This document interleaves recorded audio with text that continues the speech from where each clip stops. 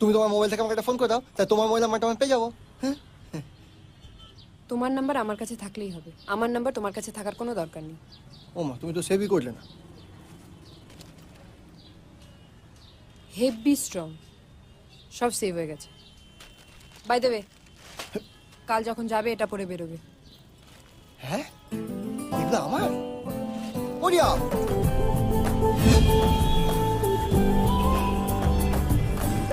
আমাদের এতদিন ব্লাত্য করে রাখা হয়েছে, আপনারা দেখেছেন, আমরাও দেখেছি।